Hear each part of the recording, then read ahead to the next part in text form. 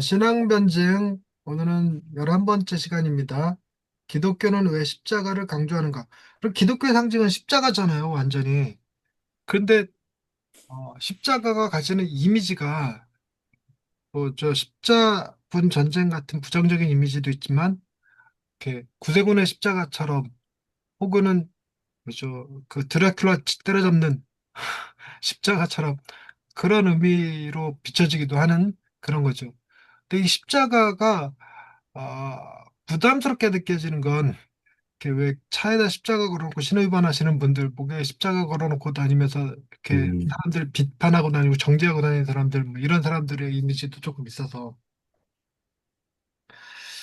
그래서 이 십자가에 대한 이야기 그리고 이 십자가에 대한 이야기가 우리 기독교 내에서 십자가를 교회에다 걸지 않는 교단 있죠. 합동층은 십자가 안 거는 것 같던데 네, 그죠? 십자가 안 네. 거는 교단도 있더라고요.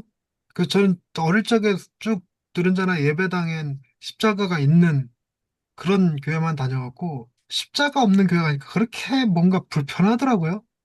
음, 협동 측은 뭐 십자가를 안 거예요? 네. 협동 측은 네. 그 의미는 당연히 있는데 네네. 십자가라는 그런 형상 자체를 약간 무상화할 수 있다. 십자가가 우상화 되면은, 네네. 네, 그래서 교단 차원에서는 교회 협동 측 교회들은 내 십자가가 없어요. 아, 앞에 없어요. 음, 예전에 그 소향이 어릴 적에 소향 집회 우리 청소년 집회 소향을 불렀었는데 소향이 부른 찬양 중에 그런 게 있었어요. 십자가 관련된 찬양이 있었는데 그거 하기 전에 그러는 거라 이 십자가가 있고 그 앞으로 우리가 보통 스크린을 내려서 그 예전에 영상을 쏴줬어요. 네. 그러니까 그 소양이 그걸 보더니 저 스크린을 걷어달라고 나는 내 얼굴로 십자가를 가리고 싶지 않다고 아, 음, 그게 저한테 꽤나 인상적이었어. 그래서 소양을 멋지게 본 계기였는데 그 제가 폴란드, 체코에 갔을 땐 거기서도 약간 충격이었던 거기는 그 교회 건물에 아예 십자가가 없어요. 음, 교회 건물을 표시하는 수단이 우리는 십자가인데 그 나라는 교회 건물을 표시하는 수단이 성배였어요. 성배, 잔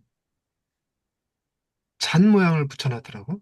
음, 그래갖고 여기는 왜 잔이지? 그랬더니 그 체코의 종교개혁자가 이름이 생각이 안 나지? 기억나나요? 루터보다 100년 앞서서 쯔빙글린가? 아닌 것 같은데? 히빙글린 다른 동네고요. 예. 어머, 어머, 아, 아, 저도, 체코 종교개혁. 얀 후스. 얀 음, 후스. 얀 후스가 그 종교개혁을 일으킨 게 그거였다네? 그 천주교에서 그 떡만 성찬식 할 때 떡만 교인들한테 나누고 잔은 못 돌리게 했대요. 근데 야누스가 잔도 돌려야 된다 우겨서 그 혼자 그저 교인들한테 이 성찬 잔도 돌렸다 그러네. 그것 때문에 야누스가 화형을 당했대요. 그래서 음, 야누스가 죽으면서 했던 말이 지금 나를 죽여도 100년 후엔 또 다른 거위가 나타날 것이다. 야누스 별명이 거위였다는 것 같아요. 거위가 나타날 것이다. 그게 이제 루터였다고 그러대. 그래갖고 그 나라에서는 기독교 종교개혁의 상징으로 이 성배를 그려놓더라고요. 음, 그래서 야 나도 약간 십자가가 내 안에 어떤 그런 우상처럼 음, 잡혀있나 보다 이렇게 느낌이 좀 들긴 했었어요. 지금 상황으로는 교회를 주일날만 대관해서 드리니까 교회 십자가 없어요.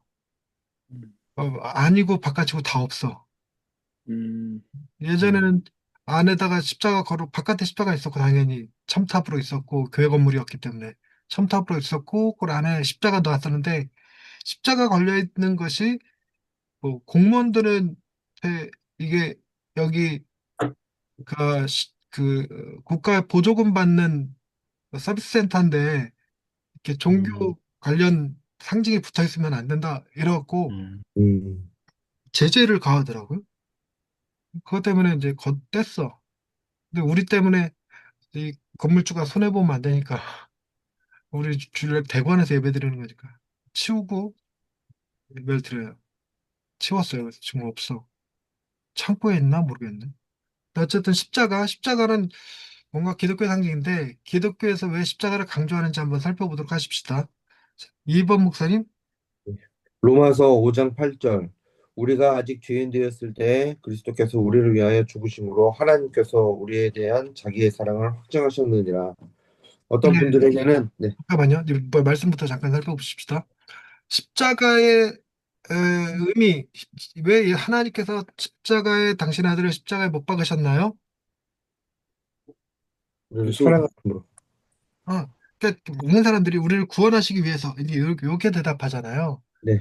근데 이 로마서 5장 8절 말씀에 근거로 하면 하나님이 우리를 구원하시려고 예수를 십자가에 못 박은 게 아니라 그건 기본 전제고 우리를 사랑하신다는 사실을 확실히 증명해 보이시기 위해서 아들을 십자가에 내어주셨다는 거예요. 그러니까 그 뭐죠? 그 어떤 경우라도 이 사랑 진짜야? 가짜 아니야? 이렇게 의심할 수 있는 게 다양한 것들이 있어요. 뭐 우리에게 엄청난 선물을 준다 해도 그 선물이 그거 가짜야? 가짜 아니야? 이렇게 생각할 만하죠. 그 사기치기 위해서 뭐 보험회사 직원들이 뭐 열심히 선물 줬다 나중에 보험 증서 내밀듯이 그렇게 생각할 수도 있고 그리고 뭐 자기 몸을 불사르게 내어줄지라도 이제 자기 몸을 불사르게 내어줄지라도 사랑해서 그런 게 아니라 자기 자신이 얼마나 대단한 사람인가를 드러내기 위해서 그런 희생을 하는 사람도 있다고 해요. 그러니까 그런데 우리가 이 사랑은 진짜야 가짜를 말할 수 없는 게 의심할 수 없는 게 누군가를 위해서 아들을 내어줬다. 아들을 죽게 내어줬다. 이거는 그 사랑을 의심하거나 어, 혹은 외면할 수 없는 그런 사랑인 거죠. 엄청난 사랑인 거고 이건 단순히 큰 사랑이라고 표현 못하고 그냥 미친 사랑이라고 표현할 수밖에 없다는 거죠. 그래서 그런 얘기 가끔 하는데 내가 내 앞집에 있는 애를 너무 사랑해갖고 그 아이가 심장병 걸려서 내 심장을 이식할 수 있게 기증해줬다. 그런 사람들이 나를 훌륭한 목사라고 할 거예요. 그죠? 그런데 내가 내 아들의 심장을 나랑은 안 맞고 내 아들이랑 맞아서 내 아들의 심장을 앞집 아이에게 기증해줬다. 그럼 사람들이 나를 훌륭하다고 그럴까요? 미친놈이라고 할까요? 음, 그렇죠. 완전 미친놈이라고 할 거라고. 절대 그런 거 훌륭하다고 안 한단 말이에요. 근데 신의 세계에서 어, 다른 신들이 소문을 들은 거야. 야, 그 하나님이라는 애가 저 빌어먹을 인간들 살리겠다고 지 아들을 죽였다네? 이런 얘기 들으면 하나님이 다른 신들에게 존경받을까 조롱받을까? 그런 거겠죠. 그렇죠. 그러니까 우리 하나님이 유일신이라서 그나마 다행인 거지. 하나님 옆에 부처도 있고 제우스도 있고 염라대왕도 있고 이랬더라면 하나님 하나님 엄청 신들 세계에서 조롱받을 일을 하신 게 그 아들을 우리에게 내어주신 사건인 거죠. 그게 엄청난 사랑이니까 그런 식으로 당신의 사랑을 확증시켜 주셨는데 여전히 우리는 뭐 하면서 사냐면 하나님 정말 나 사랑하는 거 맞아요? 이러고 살아간다. 하나님이 야 들으면 정말 서운해하실 만한 소리. 야 이걸 보고도 니들이 그런 말을 하냐 이렇게 할 정도의 이야기. 자, 2번 목사님. 어떤 분들에게는 십자가가 불편한 상징입니다. 고통, 피, 저주, 죽음. 이 단어만 들어도 어두운 기운이 감도는 듯합니다. 초대교회 시대에도 십자가는 가장 혐오스러운 형벌의 도구였습니다. 로마 시민은 그 형벌을 언급조차 꺼려했고 유대인은 나무에 달린 자는 하나님의 저주를 받은 자라고 여겼습니다. 누구는 십자가라는 말을 듣고 귀를 씻는 신용을 할 정도로 싫어했습니다. 그런데 놀랍게도 기독교는 바로 그 십자가를 복음의 중심에 두었습니다. 사도 바울은 고백합니다. 우리는 십자가에 못 박힌 그리스도를 전하니 유대인에게는 꺼리끼는 것이요 이방인에게는 미련한 것이로되 사람들의 거부 반응이 아무리 거세더라도 그는 십자가를 감추지 않았습니다. 오히려 거기에 하나님의 공의와 사랑이 가장 분명하게 드러나고 드러났다고 믿었습니다. 네, 그러나 네, 잠깐만요. 이 십자가가 이거를 또 팀켈러 책에서 봤나? 사람들이 이 이야기를 들으면 귀를 씻었다는 얘기가 되게 충격이었어요. 팀켈러 책이 아니라 다른 역사가들의 책을 해서 본 것 같은데 그때 당시에 십자가는 되게 혐오스러운 말이라서 입에 담는 것조차 굉장히 욕보다 더 심한 욕 같은 그런 개념이었다고 그래요. 근데 그런 십자가를 전하는 방식으로 전도를 행했다는 건 전도가 단순히 뭐랄까 교세 확장의 목적 이런 개념이 전혀 아닌 거잖아요. 그런데다가 이 십자가가 그래, 십자가 듣는 것 자체로 그 사람들이 극도로 싫어서 귀를 씻을 정도면 단순히 예수 믿고 복 받아라의 개념이 절대로 아닐 거란 말이지. 그것은 우리가 그 십- 하나님을 믿는다라고 할 때 그것이 이 세상에 살면서 받는 복, 건강하고 장수하고 이런 거 삼중 축복에 나오는 내용은 잘 되고 범사에 잘 된 같이 뭐 강건하길 바라더라 이렇게 나오는 그런 이야기 수준의 것이면 십자가 말고 다른 방식으로 전도했을 거라는 거예요. 근데 십자가가 중심에 대한 전도는 반드시 뭘 전제로 깔고 있어야 가능한 얘기냐면 하나님의 심판이라는 개념과 그 심판에서 대신 우리를 대신해서 심판받으신 이에 대한 이야기 이게 중심이 돼야 되는 거예요. 그러니까 십자가를 전한다고 해서 십자가가 받아들여지려면 기본 전제가 뭐가 깔려야 되냐면 그 십자가를 전달할 때 그 듣는 사람들에게 너는 십자가에 죽어야만 하는 죄인이야. 이게 전달이 돼야 되고 이것이 공감되는 사람, 난 십자가에 죽을 만한 죄인이었어. 이게 공감되는 사람이 복음을 들을 수 있었다는 거예요. 그러니까 십자가를 전한다는 얘기는 이 땅에서 가장 큰 죄인, 자신을 죄인이라 고백하는 사람들을 부르시는 하나님의 행위, 이렇게 표현하더라고요.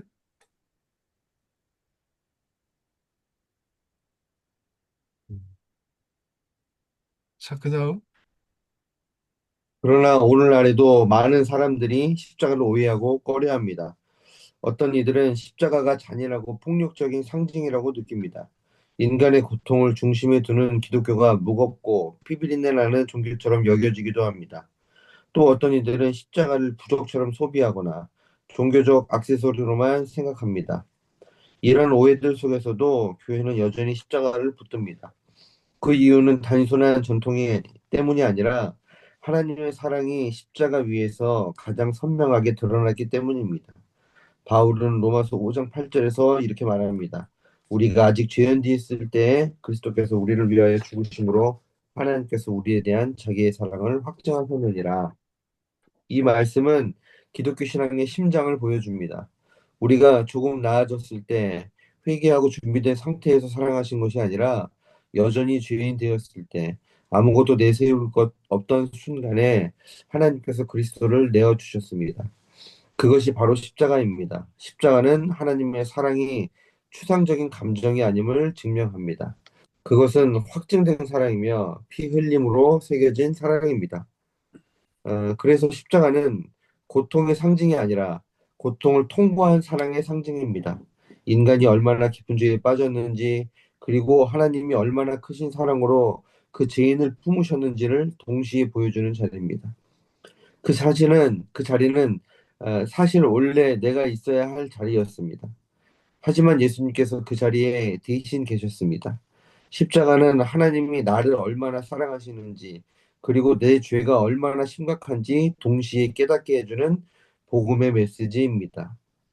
예전에 한 찬양 사역자 소양이 수천 명이 모인 예배 집회에서 섰을 때 일입니다. 무대 스크린이 그를 비추며 예배당 정면에 있던 십자가를 가리고 있었는데 그는 이렇게 요청했다고 합니다. 스크린을 내려주세요. 제가 아니라 십자가가 보여야 합니다. 그 고백은 찬양보다 더 큰 울림으로 다가왔습니다. 예배의 중심은 사람이 아니라 십자가에 달리신 예수 그리스도여야 한다는 고백이었습니다.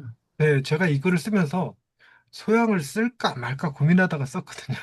네, 왜 그랬냐면 소양이 지금 교회 열심히 다닐까?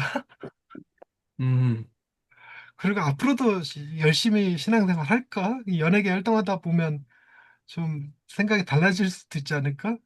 이런 생각이 혹시라도 소양이 사고라도 치면 음, 이게 저는 그래서 저 학교 다닐 때 저희 학교 전 통합적인데 저희 학교 교수님이 설교 시간에 살아있는 사람을 예화로 쓰지 말라고 하시거든요.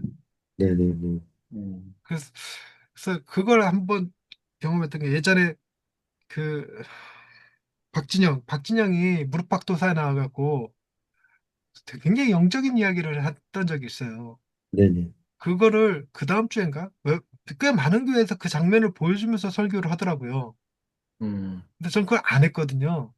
저는 이제 학교에서 교수님이 이제 못하게 했었으니까 안 했는데, 아니, 그 교수님한테 같이 배운 친구들도 그냥 보여주고 하더라고. 근데 그러고 나서 한 달 뒤엔가?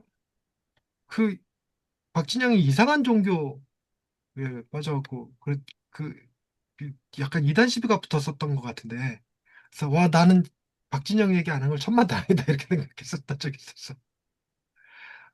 네, 여기도 소양도 그래 소양을 넣을까 말까 하다가 이게 실제 있었던 일이라 내가 직접 봤던 거니까 음. 쓰기는 했는데 예. 계속 보겠습니다. 유성영 목사님 이어서 읽어주실래요? 한편 어떤 사람들은 십자가를 축복을 끌어오는 도구처럼 사용하기도 합니다. 차에 걸고 목에 걸고 귀신을 쫓는 부적처럼 다룹니다. 하지만 십자가는 도구가 아니라 사건입니다. 거기엔 한 분의 피 흘리심과 모든 죄를 대신 감당한 대속의 진실이 담겨 있습니다. 십자가는 내가 복을 주는 물건이 아니라 나를 살리기 위해 복을 내려놓으신 분의 흔적입니다. 십자가는 단지 개인의 구원을 말하는 상징이 아닙니다. 세상의 복수와 미움의 고리를 끊는 하나님의 대답입니다. 세상은 보통 악에 맞서 또 다른 악으로 대항합니다. 힘에는 더 큰 힘으로, 억압에는 더 강한 저항으로 응수하려 합니다. 그러나 역사는 반복되어 왔습니다. 억눌린 자가 곧 권력을 쥐면 또다시 누군가를 억누르고 피해자가 가해자가 되어 복수의 고리를 이어갑니다. 하지만 예수님은 그 고리를 십자가에서 끊으셨습니다. 사람들에게 배신당하고 억울한 재판을 받고 군인들에게 채찍질 당하고 십자가에 못 박혀 죽임을 당하면서도 예수님은 그 누구도 정죄하지 않으셨습니다. 아버지, 저들을 용서하소서 자기들이 하는 일을 알지 못함이니이다.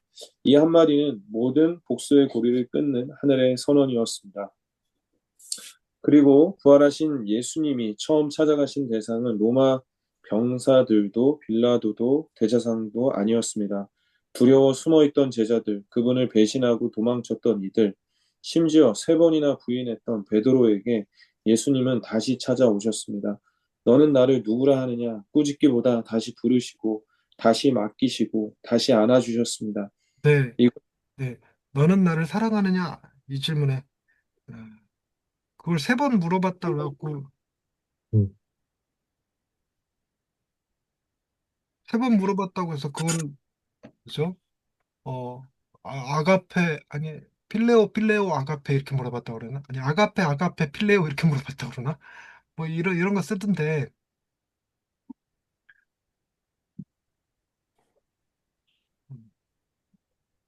음, 음. 아들이 자꾸 연락해서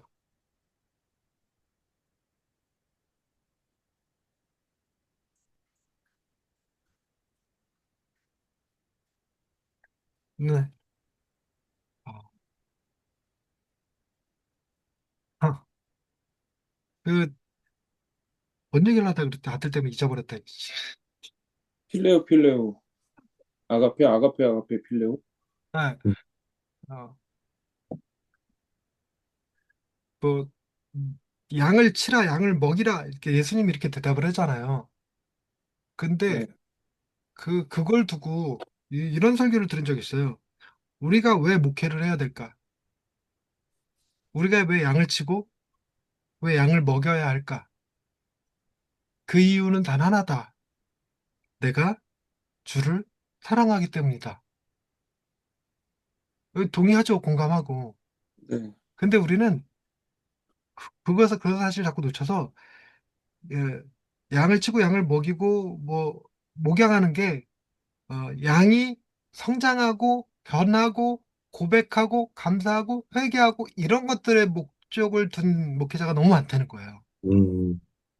그래서 그 교인들이 전혀 변하지 않으니까 내가 목회를 계속하는 게 맞나? 성장하지 않으니까 목회를 계속하는 게 맞나? 이런 고민을 한다는 거죠. 저 역시 마찬가지니까 교회가 성장하지 않는데 계속 목회를 해야 될 이유가 나한테 있는가? 이런 고민을 하는데 그런 것은 내가 양을 치고 목회하는 이유가 되지 않는다는 거죠. 내가 목회를 하는 건 양을 한 마리를 붙잡고 있든 100마리를 붙잡고 있든 이유는 단 하나. 양이 변하는 게 아니라 내가 주를 사랑하기 때문에 해야 되는 일이다. 이렇게 표현하는데 굉장히 큰 도움이 되긴 했었어요. 음, 그리고 이 십자가 사건에 여러분 바라바가 왜 사형 언도 받았는지 생각해 본 적 있으신가요? 바라바의 죄명이 뭔지 혹시 아시나요? 그거 고민해 보신 적 있나요? 바라바가 성경에 나온 표현으로는 밀란을 꾸미고 밀란 중에 몇 사람을 해하였기 때문에 그를 악행자, 뭐라고 그래? 행악자라고 부르거든요. 근데 그 말을 들어보면 밀란을 꾸미고 밀란을 일으켰어. 그 밀란은 목적이 뭐였을까요? 음, 되게 그때 당시 어떤 사람들을 선동해갖고 밀란을 일으킬 땐 그 목적이 단순히 뭐 부자들 돈 뺏어서 가난한 들 나눠주자 이런 개념이 아니잖아요. 그러니까 그런 사람을 그 십자가형을 오직 로마 군인들만 집행할 수 있는 거였어요. 사형 자체가 이스라엘에서는 그때 당시 없었어요. 사형 집행권이.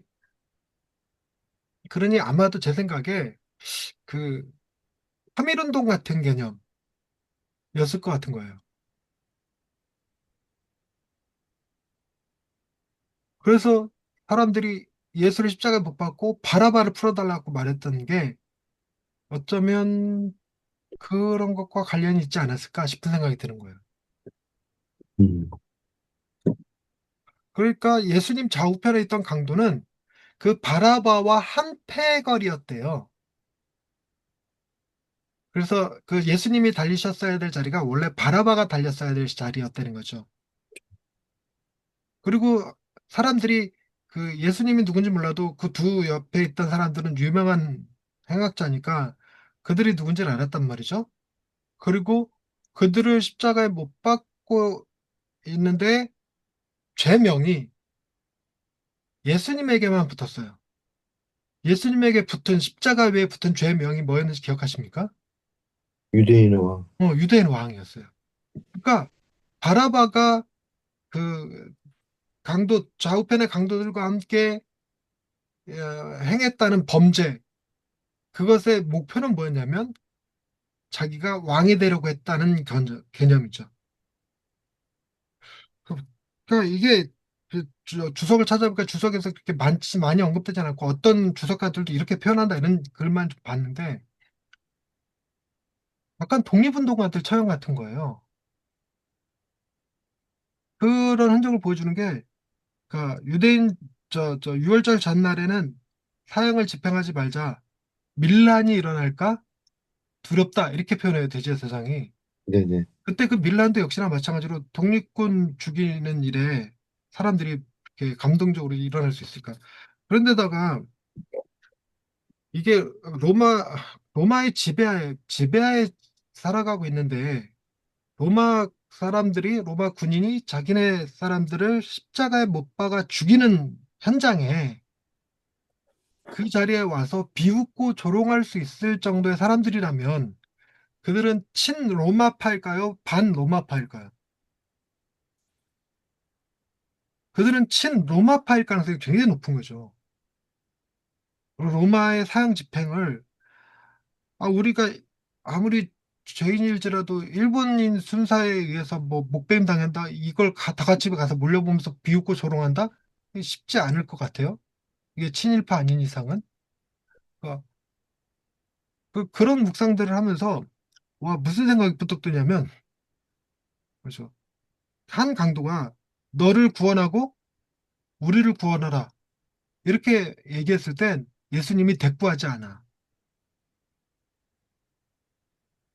그러니까 대꾸할 수 없는 게 예수님 자신을 구원하면 저 강도가 원하는 자기를 구원하라는 그 깊은 의미를 성취할 수 없어요. 예수님이 우리를 구원하시기 위해서 십자가에 죽으셨어야 했으니까. 그래서 예수님이 대답 안 하시고 내가 죽어야지만 네가 진짜 원하는 너의 구원을 이룰 수 있어. 이 개념이죠. 그리고 그 옆에 있는 예수님을 변호한 강도. 그러니까 이 일반 잡범일 경우에는 그런 말 하기가 쉽지 않았을 것 같아요. 주여 당신의 나라에 임하실 때 나를 기억하소서. 나라에 대한 고백, 당신의 나라가 임하실 때 나를. 그러니까 이 강도 역시 어쩌면 밀란 중에 같이 동참했던 사람이라면 이스라엘의 회복 혹은 주권 회복 이런 거 꿈꾸던 사람 아니었을까 싶은 거예요. 음, 그런데 예수님 표현이 네가 오늘 밤 나와 함께 낙원에 있으리라. 그러니까 네가 원했던 진짜 네가 원했던 하나님의 나라 그 나라를 내가 너에게 줄게 이렇게 말씀하시는 것 같은 거예요. 음, 그러면서 문득 와 예수님이 좌우편에 있는 강도들의 자기네들이 어떤 꿈꾸고 희망하는 것들이 있었는데 그것이 완전히 좌절된 현장 십자가 완전히 좌절돼서 자기네들의 그 뭐죠 폭동은 실패하고 십자가에서 죽을 수밖에 없는데 주님이 그 자리에서 그들의 깊은 갈망을 이루어 주신 사건 십자가 이렇게 느껴지는 거예요. 오, 그러니까 이번에 이걸 말씀 준비하면서 십자가가 새롭게 다가왔어요. 그러면서 십자가에 나도 같이 죽을 수 있겠다. 내가 십자가에 죽을 때 내 깊은 갈망이 이루어지겠구나. 뭐 이런 느낌까지 같이 느껴졌어요. 그리고 우리 너무 쉽게 그런 얘기 하잖아요. 비방한 강도는 지옥 같다. 단순히 그렇게 보기에 조금 어려워 보이는 게 비방한 강도가 네가 하나님의 아들이거든. 네가 그리스도거든. 너를 구원하고 우리를 구원하라. 이렇게 얘기하고 한편 다른 강도가 너와 나는 우리 죄 때문에 죽지만 이렇게 비난한 다음엔 일절 아무 말도 안 해. 그러니까 그 뒤로 침묵이 이어져요. 이 비방한 강도가. 고집 부리지 않아. 그 뒤로 무슨 일이 있었냐면 그 일이 있은 후 해가 어두워져서 3시간 동안 진행이 돼요. 그리고 바위가 터지고 죽은 자가 살아나고 뭐 이런 일이 벌어지고 성소 휘장이 찢어지고 이런 일들이 벌어지죠. 그리고 난 다음에 예수님이 어, 크게 소리 지르면서 돌아가셔요. 엘리엘리 아마 사박단 이 말씀도 하셨고 다 이루었도다 이 말도 하고 돌아가시거든요. 그걸 다 옆에서 들었어. 그리고 어, 예수님이 돌아가셨을 때 백부장이 이는 진실로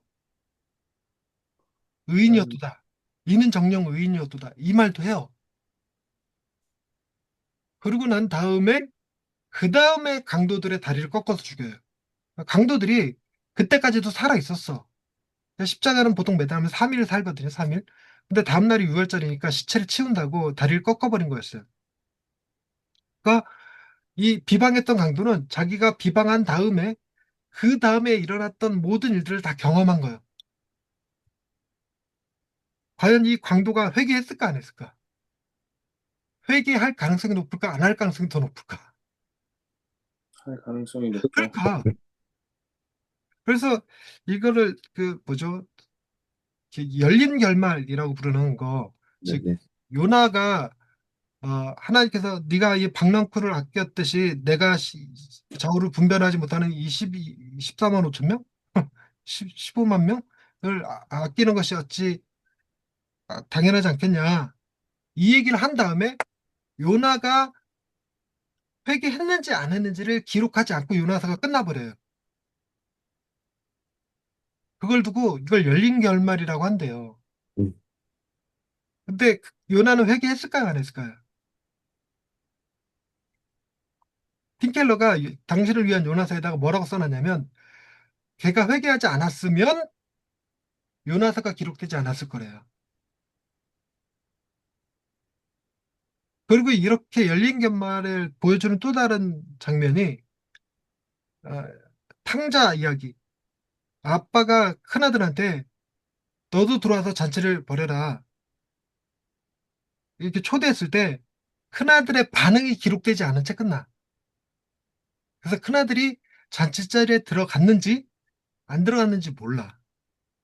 근데 그 아버지의 성품을 생각할 때 큰아들이 잔치 자리에 어떻게든 아빠가 설득해서 데리고 들어갔을 가능성이 더 클까요, 작을까요?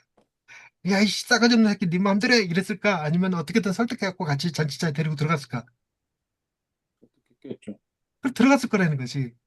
그러니까 음, 동일하게 이것도 같은 결말이라는 거예요. 그러니까 이 비방했던 강도가 회개를 했는지 안 했는지, 천국에 들어갔는지 안 들어갔는지, 이런 결말 없이 끝나버린 이야기. 근데 우리는 너무나 쉽게 단정지어서 비방한 강도 지옥 가서 이래버린다는 거지. 음, 근데 내 생각에 예수님이 십자가에서 같이 이들과 한 팀 되어서 돌아가셨는데, 과연 예수님이 자신의 팀원인 이 비방한 강도를 그냥 두셨을까 싶은 생각이 드는 거예요. 어쩌면 그래서 저도 둘 다 예수님과 함께 낙원에 가지 않았을까, 네, 이렇게 생각이 들었었어요.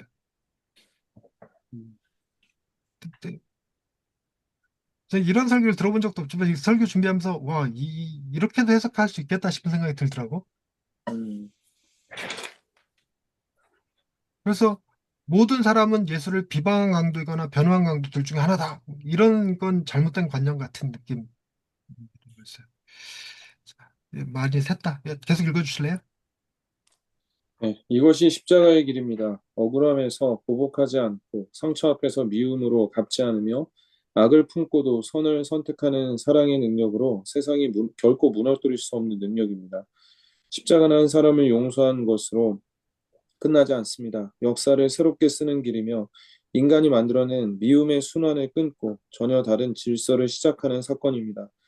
이 세상의 많은 정의는 되갚음 위에 세워집니다. 하지만 하나님의 정의는 대신 감당하심 위에 세워졌습니다. 그것이 복음이고 그것이 십자가입니다.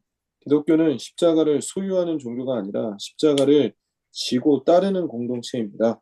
예수님은 아무든지 나를 따라오려거든 자기를 부인하고 자기 십자가를 지고 나를 따르라고 말씀하셨습니다. 십자가는 단지 교회 벽에 걸어두는 상징이 아니라 우리가 날마다 감당하며 살아내야 할 사랑의 무게입니다. 십자가를 강조하는 이유는 바로 그것입니다. 하나님께서 우리를 얼마나 사랑하셨는지, 예수님께서 나를 위해 무엇을 감당하셨는지, 그리고 이제 우리가 어떻게 살아야 하는지를 알려주는 복음의 중심이기 때문입니다. 네. 그 십자가를 지고 예수님을 따르는 거, 저거를 그 제자도라고 불리거든요. 근데 예수님이 저거를 요구해갖고 예수님을 따른 제자가 결론적으로는 한 명도 없었어요. 예수님이 저 말씀했을 때 다 떠나갔고 예수님이 제자들에게 너희도 가려느냐 이렇게 했었던 사건이거든요. 그러니까 저걸로 우리가 제자를 삼는다. 제자도는 자기 십자가를 지고 주님을 따르는 것이다. 예수님도 못했던 일을 우리가 할 수 있을까? 이런 고민은 해요. 말이 안 된다는 생각이 좀 들기도 하고. 그리고 그때 베드로가 주여 영생의 말씀이 여기 있사오매 우리가 뉘게로 가오리까 그렇게 했어도 결국은 제자들 다 도망갔었단 말이죠. 베드로는 심지어 예수님을 부인했으니까. 그래서 저거는 예수님이 어, 십자가를 지고 나를 따라오라고 말씀하신 건 콜링한 것이 아니라 그들을 십자가의 길에서부터 쫓아내신 길이다, 이렇게 이해되기도 해요.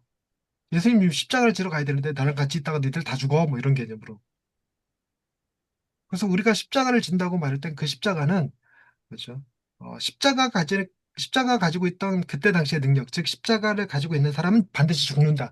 십자가를 지고 걸어가는 사람들이 다, 아, 쟤 죽으러 가는구나, 이렇게 느껴지는데, 그 죽음의 이미지를 주님이 사라지게 만드신 분이신 거죠.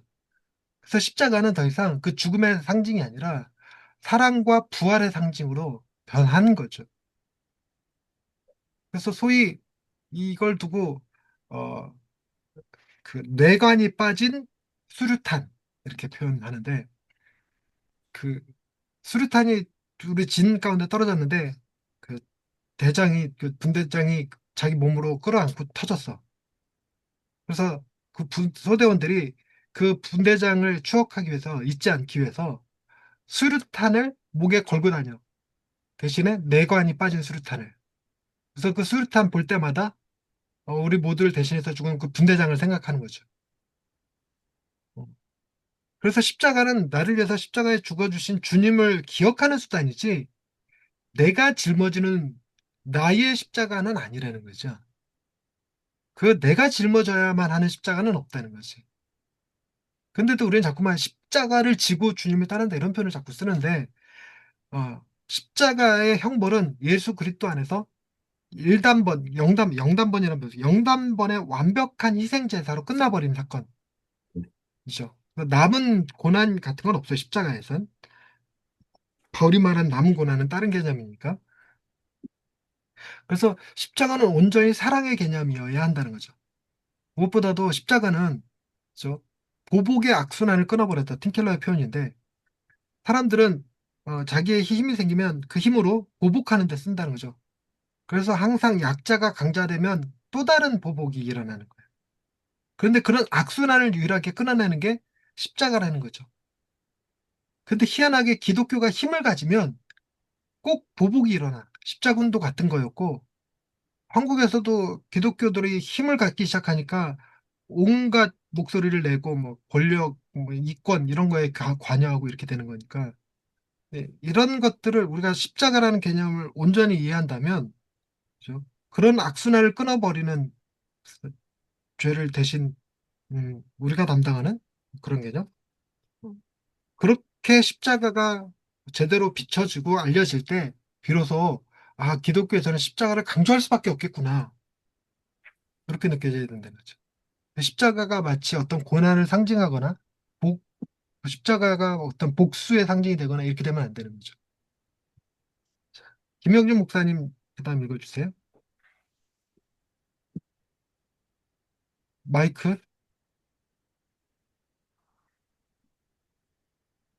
어떤 분들은 십자가를 불편하게 여깁니다. 고통과 피, 죽음을 떠올리면 어둡게 느껴지기 때문입니다. 에서 실행할 수 없는 기능입니다. 느껴지기 때문이지요. 그러나 기독교가 십자가를 강조하는 이유는 거기서 하나님의 사랑과 공의가 가장 선명하게 드러났기 때문입니다. 사실 십자가는 원래 혐오스러운 사형틀이었습니다. 유대인에게는 저주의 상징이었고 로마인에게는 가장 수치스러운 형벌이었습니다. 그런데 하나님은 바로 그 십자가를 통해 우리를 사랑하신다는 사실을 확증하셨습니다. 십자가는 단순히 고통의 상징이 아니라 고통을 통과한 사랑의 상징입니다. 내가 감당해야 할 자리에 예수님께서 대신 서셨고 그분은 보복이나 정죄 대신 용서를 선택하셨습니다. 아버지 저들을 용서하소서라는 주님의 기도는 세상의 복수의 고리를 끊는 새로운 선언이었습니다. 십자가는 장식품이나 부적이 아닙니다. 나를 위해 복을 내려놓으신 하나님의 사랑의 사건입니다. 또한 십자가는 단지 개인의 구원만이 아니라 세상을 새롭게 하는 하나님의 정의와 사랑의 방식입니다. 세상은 대가품으로 정의를 세우려 하지만 하나님은 대신 감당하심으로 정의를 이루셨습니다. 그래서 기독교는 십자가를 강조합니다. 십자가는 하나님께서 나를 얼마나 사랑하시는지, 내 죄가 얼마나 깊은지를 동시에 보여주는 복음의 중심이기 때문입니다. 그리고 주님은 우리에게 그 십자가를 바라볼 뿐 아니라 날마다 자기 십자가를 지고 따르라고 초청하십니다. 십자가는 단순히 소유하는 상징이 아니라 우리가 살아내야 할 믿음의 길입니다. 네. 자, 마지막 우리가 살아내야 할 믿음의 길입니다. 그래서 그 십자가를 통해서 우리가 무슨 삶을 살아내야 될까? 첫째는 나는 엄청난 죄인입니다. 우리가 십자가로 복음을 전하는 거니까 그걸 받아들인다는 건 내가 십자가로 죽을 만큼 죄인이었습니다를 받아들일 경우에 가능한 얘기니까 나는 엄청난 죄인입니다. 두 번째는 그런 나를 엄청난 사랑을 베푸신 것이 십자가입니다.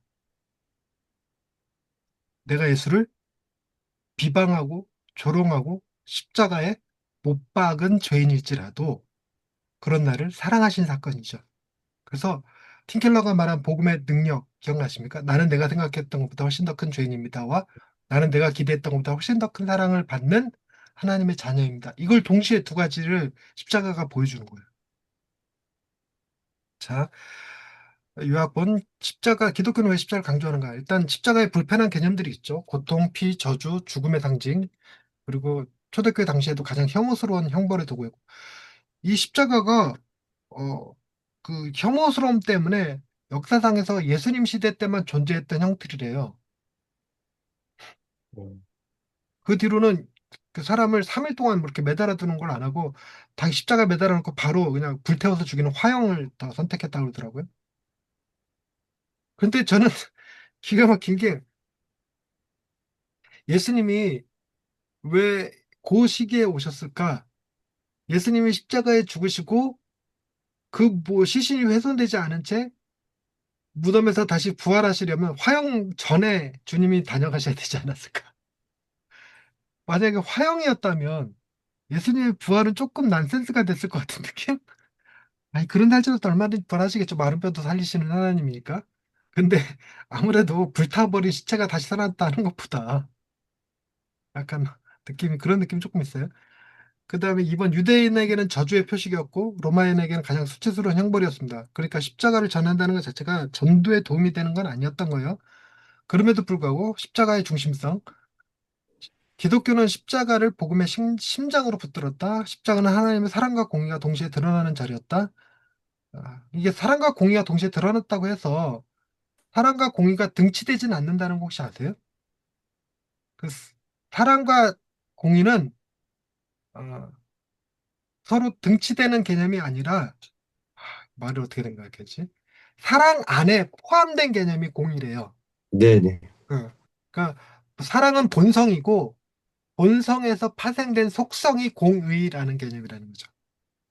근데 이제 십자가로 표현할 때 하나님의 사랑과 공의가 동시에 드러났다 그러니까 그 사랑 하나님이 한편으로는 사랑이고 뒤집으시면 공이고 이렇게 생각하는 경향이 있는데 그렇지 않다고. 사랑이 본성이고 그 안에 공의가 속성으로 자리한다고. 자, 십자가의 의미, 고통의 상징이 아니라 고통을 통과한 사랑의 상징. 내가 있어야 할 자리에 예수님이 대신 서셨음. 복수와 미움의 고리를 끊고 용서와 새로운 질서를 여신 사건. 그래서 십자가는 장식이나 부작이 아니라 대속의 사건이다. 혹시 여러분 차 안에 십자가 걸고 계신 분 없으세요? 십자가 목걸이 지금 하고 계신 분 없으세요? 왜 안 해, 근데? 음, 왜 안 해? 이거 성경 공부하다 보면 교인들 중에 몇 분 하고 계실 것 같아. 십자가. 저도 한동안 십자가 목걸이 하고 다녔었거든요.